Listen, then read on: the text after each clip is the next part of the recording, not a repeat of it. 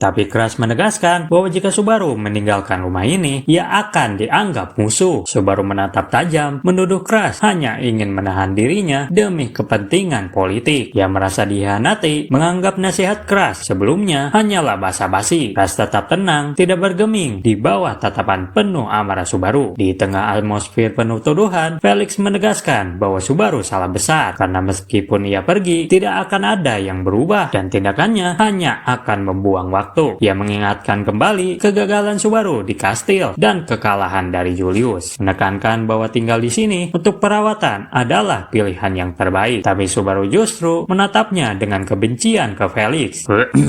Lalu Subaru berbalik dan menyatakan bahwa ia sudah memutuskan untuk kembali ke Emilia dan juga berterima kasih sudah merawatnya meski hanya sebentar. Saat ia membuka pintu, Felix berteriak dari belakang, bilang bukankah benar bahwa orang baik tahu bagaimana menerima peringatan itu. Tapi Subaru tidak menoleh, ia hanya menjawab terima kasih. Dengan begitu, Subaru pun pergi bersama Rem yang mengikutinya dengan wajah penuh kecemasan. Crash tetap duduk, matanya tajam menatap Subaru hingga akhir dengan keheningan Crash yang terasa lebih berat daripada teguran apapun. Octo berteriak dengan nada kawu dan juga takut melihat betapa drastisnya keputusan Subaru terlihat bagi orang-orang di sekitarnya. Felix menolak berbicara lebih jauh, trauma karena sering disalahkan. Namun tatapan marahnya pada Subaru di layar tidak bisa ia sembunyikan. Wilhelm dan Reinhard menilai Subaru tidak dalam kondisi mental yang tepat. Feld menuju Crash, menuduh bahwa cara Crash menjelaskan situasi itu membuat Subaru salah paham, seolah akan terjadi pertarungan. Crash dengan wajah penuh penyesalan menuduk pada Emilia bahwa tindakannya sangatlah gegabah. Emilia hanya menggeleng, tidak percaya situasi bisa memburuk sejauh ini hanya karena ia tidak ada di sisinya. Rasa bersalah semakin menghantamnya, menyadari betapa rapuh Subaru tanpa dirinya. Felix sempat berharap versi dirinya di layar bisa membantu Subaru melihat hal dengan cara lebih baik. Namun akhirnya ia menutup wajah dengan kedua tangan, tenggelam dalam rasa malu dan kegagalan. Wilhelm menepuk punggungnya, tapi rasa bersalah Felix terlalu dalam untuk dihibur. Al berkomentar, "Wow, luar biasa, rubahnya bisa secepat itu." Meski kasar, banyak yang setuju soal ini. Rem putus asa karena tidak berhasil membujuk Subaru untuk tinggal. Adegan pun berganti, di mana Rem sedang mengelus seekor Ground Dragon. Subaru dan Wilhelm berdiri di samping, menanyakan berapa lama perjalanan ke mansion. Rem menjawab kurang lebih 2,5 hari. Subaru kaget karena sebelumnya perjalanan mereka ke sini hanya memakan setengah hari. Rem menjelaskan bahwa jalan cepat tertutup kabut. Subaru meremehkan kabut tersebut, tapi Rem menegaskan kabut itu diciptakan oleh Paus Putih dan jika mereka bertemu dengannya, mereka tidak akan selamat. Subaru menggeretakkan giginya lagi dan masuk ke dalam kereta tanpa pamit pada Wilhelm. Wilhelm tetap berdiri, matanya menyipit ke arah kabut yang disebutkan, seolah bayangan masa lalu tentang Paus Putih kembali menghantuinya. Rem membungkuk terima kasih pada Wilhelm. Wilhelm hanya menggeleng, bilang semoga selamat di perjalanan. Octo yang menonton berharap tidak akan bertemu dengan Paus Putih di loop ini. Julius menggeleng, menegaskan bahwa mereka tidak tahu pasti. Crash menambahkan bahwa ia sama sekali tidak punya gambaran tentang apa yang akan dihadapi Subaru. Namun ia percaya jika Rem terus memimpin perjalanan ke mansion, mereka bisa menghindari jalur yang berbahaya. Beatrice mengedus kecil, berharap memang itulah yang terjadi. Adegan berganti ke malam hari karena berhenti di sebuah penginapan kecil di tepi jalan. Subaru dengan mata kelelahan bertanya kenapa mereka berhenti di sini. Rem pun meminta maaf, bilang kalau Ground Dragon-nya capek bro. Subaru pun menunduk dengan rasa kesal. Wilhelm tetap berdiri di samping, menyaksikan layar tersebut. Keheningan di teater menjadi berat suasananya, seolah tahu bahwa perjalanan ini bukan hanya soal jarak, melainkan ujian mental bagi Subaru. Garfield bertanya ke Octo yang shock. Federica yang melihat wajah Octo bertanya apakah ada sesuatu yang mengganggunya. Octo waktu kecil minumlah OBH dan dia mengaku mengenali penginapan itu karena sering berkunjung ke sana dalam perjalanan ke ibu kota. Pikiran itu membuatnya ngeri karena kemungkinan ia akan bertemu Subaru di loop ini. Federica menatap Octo dengan serius apa yang ia maksud. Octo hanya mengangkat bahu dengan ekspresi sulit dibaca. Adegan berganti ke kamar penginapan. Subaru tidur di ranjang dengan wajah cemberut dan menatap langit-langit karena ia gak bisa tidur. Dari balik pintu terdengar suara lembut Rem. Subaru segera duduk tegak menoleh ke arah pintu lalu menyalakan lampu di samping ranjang. Rem pun masuk ke kamar. Al berbisik dengan nada menggoda tapi Ram segera meninju kepalanya, menegur sikap sikapnya yang tidak pantas di tengah suasana serius ini. Rem dengan suasana penuh kerinduan berbisik berharap ia ada di sana. Rem masuk ke kamarnya dengan tatapan yang gugup. Ia juga bilang kalau ia gak bisa tidur, jadi ia berharap mereka bisa mengobrol sebentar. Meski Subaru masih cemberut, akhirnya memberi ruang untuk percakapan. Subaru menebak isi hati Rem kalau ia khawatir tentang Mansion setelah merasakan sesuatu lewat ikatan dengan Ram. Ia mencoba menghiburnya, namun senyum Subaru hanya membuat Rem semakin terlihat sedih. Meski ia menaruh seluruh kepercayaannya pada Subaru, Rem mendekat lalu menempelkan tubuhnya di punggung Subaru, menyadarkan kepala dan tangannya di bahunya. Subaru pun gugup bertanya apa yang dilakukan Rem. Rem menjawab lembut, pengen aja. Cahaya lembut muncul dari telapak tangannya, menyembuhkan gate Subaru. Subaru berusaha menutupi kegugupannya dengan tawa kecil, namun akhirnya wajahnya murung lagi. Ia pun berbisik, apakah Emilia akan marah? Rem yang menenangkan menjawab, jika ia meluangkan waktu untuk menghadapinya dengan benar, Rem yakin Emilia akan mengerti. Apalagi Subaru adalah orang yang luar biasa. Subaru bingung dengan kata-kata itu, perlahan kehilangan tenaganya sambil bergumam soal Emilia. Sebelum jatuh, tak sadarkan diri, Rem pun berbisikan, bilang sisakan sedikit juga untuknya. Lalu ia merampingkan rambut Subaru dan berbisik lagi ke Subaru untuk jangan pergi kemana-mana. Setelah itu, layar pun menjadi gelap. Federica terkejut melihat Rem di layar karena betapa manisnya momen ini. Baginya, Rem yang ia kenal biasanya dingin dan tertutup, sehingga senyum lembut ini terasa luar biasa. Crush tersenyum terbuka, berkata kalau senyum itu memang sangat cocok untuk Rem. Rem langsung memerah, wajahnya dipenuhi rasa malu sekaligus cemburu melihat dirinya di layar. Emilia bergumam cemburu pada Rem, sedangkan Priscilla kesal karena menilai Subaru sedang berbohong pada dirinya sendiri. Baginya obsesi Subaru terhadap Emilia dan interaksi dengan Rem sama-sama tidak sehat. Emilia tiba-tiba memanggil Felix, menanyakan jenis sihir yang digunakan Rem. Felix menjelaskan bahwa Rem memaksa Subaru tidur sambil menyembuhkan gate-nya, sebuah teknik yang cukup sederhana. Emilia lalu menatap Rem dengan ekspresi tak terbaca, bertanya mengapa ia melakukannya. Rem tak mampu menjawab dan hanya menunduk saja. Emilia mengungkapkan kesedihannya karena Subaru berbicara tentang apa yang dirasakan Emilia dan itu membuatnya kecewa. Rem akhirnya menyela meski tahu Beatrice bisa mengancamnya. Ia menegaskan bahwa apa yang dilakukan Rem harus dilihat dengan jernih, bukan hanya dengan emosinya. Lalu adegan berganti ke kamar penginapan yang sama. Subaru terbangun mendapati ruangan kosong dengan cahaya matahari pagi masuk dari jendela. Subaru berlari ke kamar sebelah berniat memanggil Rem, namun kamar itu sudah kosong seperti tidak ada tanda-tanda pernah dihuni di sini. Keheningan itu membuatnya semakin gelisah, seolah Rem menghilang tanpa jejak. Subaru berlari turun ke meja resepsionis. Dia menghentakkan kedua telapak tangannya di meja. Dan di mana Rem? Napasnya terengah-engah. Betapa cemasnya ia setelah mendapati kamar Rem yang kosong. Resepsionis terbata-bata mencoba menjelaskan, tapi karena gak terdengar, Subaru langsung menarik kerah bajunya. Akhirnya resepsionis mengaku kalau Rem telah pergi di malam hari, meninggalkan barang-barang Subaru berserta sebuah surat. Subaru meraih surat itu lalu mencengkram kertas itu hingga hampir robek. Ia membacanya dan menghentakkan tangannya ke meja, membuat resepsionis semakin ketakutan. Rasa dikhianati dan putus asa bercampur menjadi satu. Julius mencibir dengan wajah tak terkesan. Baginya, keputusan Rem meninggalkan Subaru hanyalah konsekuensi dari obsesi yang salah arah. Feld mengangkat alisnya karena bingung ke Rem kenapa ia meninggalkannya sendirian di penginapan. Pernyataan ini menyoroti kontradiksi antara tugas Rem dan tindakannya. Reinhardt menjelaskan kalau Rem tidak ditugaskan membawa Subaru kembali. Fokusnya adalah pada darurat di domain Mansion yang ia ketahui lewat kemampuan Ram. Okto menatap Garfield dengan lelah, menyadari apa arti darurat ini. Garfield menegaskan dengan serius, ini pasti karena Uskup Agung. Kata-kata itu membuat atmosfer berubah drastis. Petra pun berkata Subaru mungkin akan mati di tangannya duluan. Ia menambahkan dengan suara gemetar bahwa desanya bisa menjadi korban berikutnya. Federica menepuk punggungnya dengan penuh iba, mencoba menenangkan ketakutan si kecil itu. Anastasia menatap Julius dengan penuh tuntutan, namun ia memilih diam. Rem terlihat hancur, wajahnya menunjukkan bahwa ia lebih rela mati daripada menegarkan kata-kata Subaru yang penuh obsesi dan salah arah itu. itu. Lalu Okto menatap layar dengan wajah terkejut. Karena pertemuan pertamanya, pas ia tertidur karena mabuk. Menyadari betapa anehnya awal pertemuannya dengan Subaru, Garfield tak bisa menahan diri, tertawa keras lalu menepuk punggung Okto dengan penuh semangat. Hal ini menambah suasana ringan. Meski jelas Okto merasa canggung melihat dirinya digambarkan begitu berantakan. Suara rem terus bergema di kepala Subaru. Namun Subaru menolak diam, membawa tasnya keluar dari bar. Dengan surat itu tetap tergenggam erat di tangannya. Okto menerima bayaran Subaru, tapi mengingatkan kalau menurutnya ini sangat gegabah. Subaru mengabaikannya, lalu masuk ke kereta naga kecil. Okto hanya bisa menghela napas panjang, sadar bahwa kata-katanya tak akan pernah didengar. Saat matahari mulai tenggelam, Subaru duduk di dalam kereta sembari bergumam kalau Rem juga berpikir ia orang yang tak berguna, meski sebenarnya Rem hanya ingin melindunginya. Dari depan kereta, Okto berpikir kalau ia baru saja dikenalkan kepada seseorang yang bisa menimbulkan masalah besar. Meski suaranya tak pernah mencapai Subaru, Okto hanya bisa menatap ke depan, pasrah pada nasib yang menunggu mereka. Okto di teater bergumam kalau dirinya yang lain itu akan mengalami petualangan yang luar biasa. Anastasia menantangnya, apakah Okto gak takut mati bersama Subaru? Okto membuka satu matanya sembari menjawab kalau ia memang takut, tapi tidak cukup takut untuk melupakan bahwa dirinya yang berhasil melewati rintangan untuk berdiri di sisi Subaru. Jawaban itu mengejutkan Anastasia, membuatnya memberi anggukan pada sang dagang yang biasanya dianggap lemah. Sementara itu, Rem menggenggam roknya dengan erat, berusaha agar tidak menangis. Kata-kata Subaru tadi benar-benar menusuk hatinya, membuatnya ingin berteriak di teater. Frustasi bahwa Subaru tidak bisa melihat ketulusan hatinya. Adegan berganti ke gerbang mansion, sebuah bayangan besar tampak mendekat, seolah siap menabrak mereka. Layar sejenak menjadi gelap, membuat suasana menjadi mencekam. Kembali ke Subaru dan Okto yang sedang melaju dengan kereta naga di tengah malam. Subaru tertidur di dalam kereta, sementara Okto mengendalikan naga dengan wajah penuh kegelisahan. Lalu kereta berhenti tiba-tiba, membuat Subaru terbangun dan terbentur di dinding kayu. Okto menoleh sembari meminta maaf dan meminta Subaru agar mereka berbalik saja. Subaru terkejut dan ia tak bisa menerima ide untuk mundur setelah perjalanan panjang tadi. Lalu Okto menuju ke naga yang sedang menggeram. Naga tersebut tahu secara naluri bahwa tempat ini terlalu berbahaya untuk didekati. Subaru menatap jalan panjang yang dikelilingi pohon-pohonan, bertanya di mana mereka sekarang. Okto memegang peta dan bilang kalau mereka sudah di wilayah Meter, dekat sebuah desa bernama Alarm. Mendengar jawaban itu, Subaru langsung melompat keluar dari kereta naga tanpa ragu. TV seketika korejat dan Al hanya mengangkat bahu, mengaku tidak sempat melihat dengan jelas. Sementara Feld menyipitkan mata penuh curiga ke layar. Julius pun bilang itu pasti Uskup Agung. Ucapannya membuat semua orang menoleh ke layar. Emilia dan Crash sama-sama menggenggam tangan Subaru erat-erat. Mereka berusaha menenangkan diri dengan merasakan kehangatan tangannya Subaru. Roswell mengangguk pelan sambil bilang, "Pasti." Priscilla mengejek Okto kalau dia itu laki-laki pengecut. Garfield langsung membalas, "Bodoh amat." Ketegangan antara keduanya menambah panas suasana di teater. Okto menggeleng menegaskan kalau naganya tidak pernah melewati hal-hal seperti ini. Jadi jika naganya merasakan sesuatu terlalu bahaya, maka itu benar. Federica melihat Petra yang gemetar, lalu bertanya, tapi Petra memohon agar menutup matanya jika bisa. Federica mencoba menenangkan kalau semuanya tidak akan berakhir terlalu buruk. Namun Petra berbisik mengingat percakapannya dengan Warden kalau Federica tidak akan mengatakan itu setelah apa yang telah Petra dengar.